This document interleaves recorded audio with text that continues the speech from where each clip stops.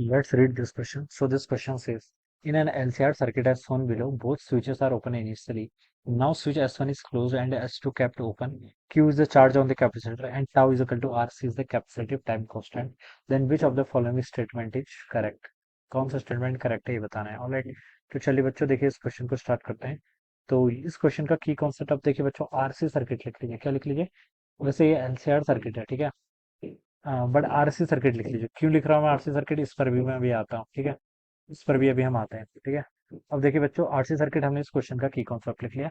आपको बेसिकली यहाँ पर चार्ज बताना है, ठीक है. चार्ज का वेरिएशन क्या होता है, ठीक है. तो देखिए बच्चों, फिगर आपको इस तरीके से गिवन कर रखा है. एक बैटरी है, वी वोल्ट, वी इसका ईएमएफ है. एक रेजिस्टेंस आर यहाँ पर ऐसे कनेक्ट किया हुआ है. एक आपका कैपेसिटर यहाँ पर ऐसे कनेक्टेड है. एक स्विच यहाँ पर आपका S1 है, ठीक है. S1 स्विच आपका ऐसे गिवन कर रखा है, ठीक है. This is switch S1. फिर देखिए इसके पैरेलल में आपने एक इंडक्टर यहाँ पर एक कॉइल ऐसे कनेक्ट कर रखी है, राइट. ये आपका इस तरीके से यहाँ पर एक दूसरा स्विच है. This is switch S2. अब क्वेश्चन में देखिए बच्चों क्या बोला गया. क्वेश्चन में बोला गया कि both switches are initially open. दोनों स्विच ओपन थे तो कोई करंट फ्लो नहीं कर रही, ठीक है. ये एज्यूम करूंगा कि कैपेसिटर इनिशियली अनचार्ज है, ठीक है. क्वेश्चन आंसर नहीं है तो आप यही एज्यूम करेंगे, ठीक है. फिर क्या बोल रखा है, now switch S1 is close. S1 switch को मैंने क्या कर दिया बच्चों, क्लोज कर दिया. क्लोज कर दिया तो बच्चों ये सर्किट कंप्लीट यहाँ पर करंट फ्लो करने लग जाएगी, ठीक है. यहाँ पर आपकी क्या है, बैटरी है. इस बैटरी से कैपेसिटर चार्ज होगा.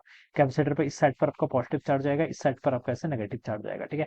और देखिए ये फिर ये आपका कैसा सर्किट बन गया. Now this is an RC circuit, क्योंकि करंट सिर्फ इस वाले पार्ट में दौड़ेगी, ठीक है. नीचे S2 तो अभी भी ओपन है तो वहां तो कोई करंट नहीं जाएगी. तो ये कैसा बन गया, एक आरसी सर्किट. और आरसी सर्किट में करंट चार्ज का वेरिएशन देखिए कैसा होता है आपका, Q not into one minus e t divided by R C के equal. This is the formula for the charge, ठीक है. दिस इज द, ये आपका चार्जिंग ऑफ ए कैपेसिटर वाला केस बन गया, ठीक है. इस पर आपका कैपेसिटर ऐसे चार्ज होता था ना. और Q नॉट क्या है, Q not is the maximum value of the charge. ये कितनी हो सकती है, Q की वैल्यू देखिए हमें कैपेसिटर पता है. कैपेसिटर किसके इक्वल होता है, C times the potential difference, C into V के इक्वल. तो इसकी मैक्सिमम वैल्यू कितनी हो जाएगी यहाँ से, CV के इक्वल हो जाएगी into one minus e to the power minus t divided by R C. ये आ जाएगा. This is the charge on the capacitor at any time t, ठीक है. ये बता रखा है. अब इतना ही क्वेश्चन बोला गया, ठीक है. Where Q is the charge on the capacitor RC, which of the following statement is correct. कौन सा स्टेटमेंट करेक्ट है ये बताना है, ठीक है. तो देखिए ए ऑप्शन पर क्या लिखा है, देखिए अब स्टेटमेंट वाइज चेक करते हैं. At t is equal to tau, जब टी आपका टाउ के इक्वल होगा. टाउ आपका टाइम कांस्टेंट है बेसिकली, ठीक है. इसको आप ऐसे भी लिख सकते हैं इस एक्सप्रेशन को, C B into one minus e to the power minus t divided RC circuit का टाइम कांस्टेंट टाउ, टाउ से रिप्रेजेंट करते हैं, ठीक है. जब टी की वैल्यू टाउ के इक्वल होगी तो बच्चों देखिए उस टाइम पर आपका चार्ज कितना होगा, ठीक है. मैं इसको लिख लेता हूँ, C B into one minus e to the power minus tau divided by tau, ठीक है. तो टी से t cancel, e to the power minus one आएगा. लेकिन यहाँ पर सी बी बाई टू बोल रखा है तो ये स्टेटमेंट बच्चों बिल्कुल रॉन्ग हो गया.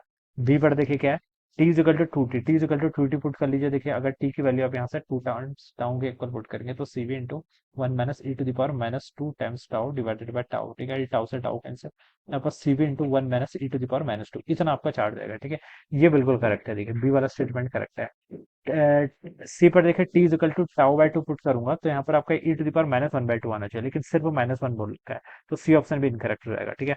डी पर लिखा work done by the battery is half the energy dissipated in the register. Battery के द्वारा वर्क डन क्या होगा, इस हाफ ऑफ द एनर्जी. ये स्टेटमेंट बिल्कुल इनकरेक्ट है, ठीक है.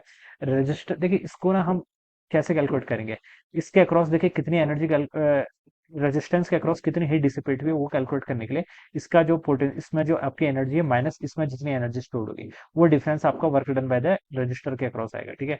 जो आपका रजिस्टर के अक्रॉस आपकी हीट डिसिपेट हुई, देखिए क्योंकि देखिए अगर इस पर रेजिस्टेंस नहीं होता तब तो हम बता सकते थे कि इस पर कोई हीट का डिसिपेशन ही नहीं हो रहा है.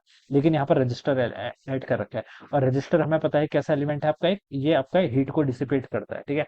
तो ये एनर्जी को स्टोर नहीं करेगा, क्या करेगा आपका, डिसिपेट करेगा. तो इसके अक्रॉस कुछ आपका हीट तो निकलेगी, ठीक है. लेकिन ये स्टेटमेंट इनकरेक्ट है कि half of the energy dissipated. This is incorrect. तो इसका राइट यहाँ से सिर्फ आपका बी ऑप्शन है. तो क्या लिख सकते हैं, option B would be the correct answer of this question. क्या हो जाएगा, option B correct answer of this question. Alright, so this would be the answer. So I hope you are understood this concept. All the best and thank you.